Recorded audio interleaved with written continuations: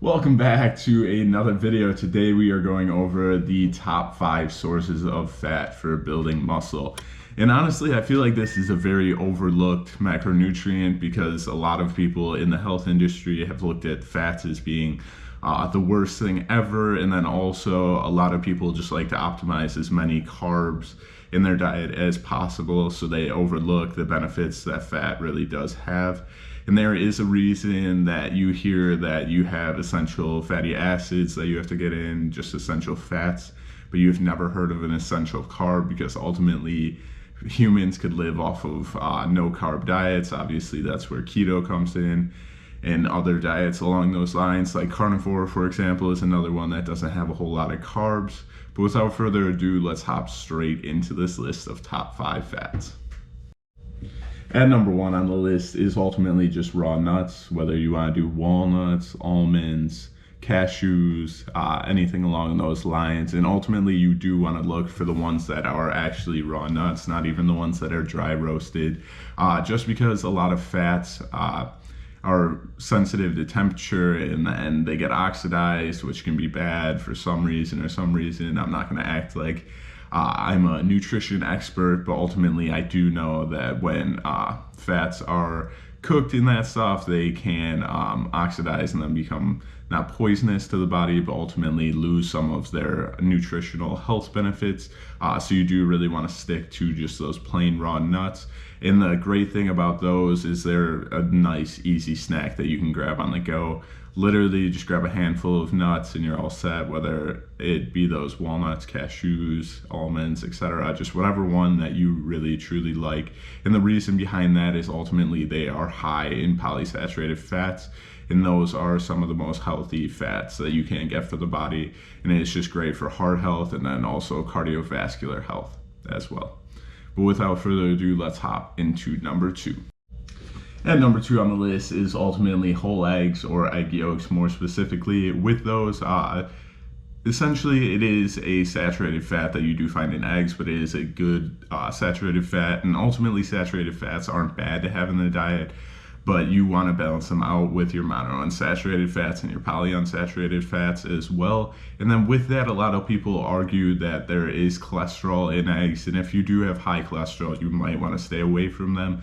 But ultimately, the cholesterol that you do find in eggs is a good type of cholesterol, and your body does have bad and good cholesterol. So I wouldn't sway away from eggs too much, as they do have a ton of benefits, whether that is the healthy of fats that you can find that actually do have some omega-3s in eggs, which is great. And then also they are just packed full of different minerals like calcium, magnesium, potassium, copper, manganese, selenium, iodine, vitamins like B6, B12, vitamins A, D, E, K, and then I believe there's a couple of other things that even go along with it. But just in general, eggs are a great source and just a great healthy fat to include in your diet.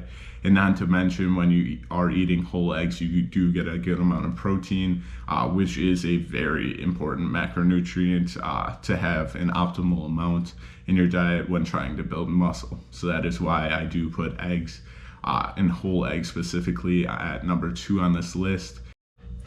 Alrighty, at number 3 on the list is ultimately seeds. And really specifically, like the types that I'm thinking of when I do say seeds is sunflower seeds, pumpkin seeds, and then also chia seeds, as these are high in your polyunsaturated fats. And as I did mention, some of the healthiest fats that you can get for heart health, and then also for your cardiovascular health. And with that, they do have some good vitamins and minerals with them. And then also pumpkin and sunflower seeds are a good source of protein to supplement in, and just a great snack to have if you are eating pumpkin or sunflower seeds. And honestly, you can find some great flavors of sunflower seeds if you don't enjoy just some plain salted ones, but nonetheless, just great things to include in your diet. And like along with raw nuts, easy to grab and go, and just get in when you don't have a ton of time to just sit down and have a meal and include some of these other fat sources that I do mention. And number 4 on the list is ultimately a fruit, which is avocado. I don't know why they classify avocado as a fruit, still confused on that nonetheless. But ultimately, avocado is great for two things that I will mention, but obviously there are a lot more health benefits along with it. One is it is very rich in potassium, which is great as it is considered electrolyte, which in general for athletes, you need them, and just people that resistance train as you do sweat a lot and lose some of those electrolytes. So supplementing avocado is great. And then also it does have some good mono unsaturated fats, which, as I've mentioned 8 billion times by now, is great for heart health and then also cardiovascular health. And then with that too, avocado is one of the fat sources that you can actually get a good amount of volume with it, so it is great to throw on your meals, whether that be chicken, rice, and avocado is a great option to get all three of your macronutrient sources. And just in general, avocado is great to supplement into your diet and can add some flavor to those boring meats like I did mention, chicken breast, aka. But without further ado, let's hop straight into number 5.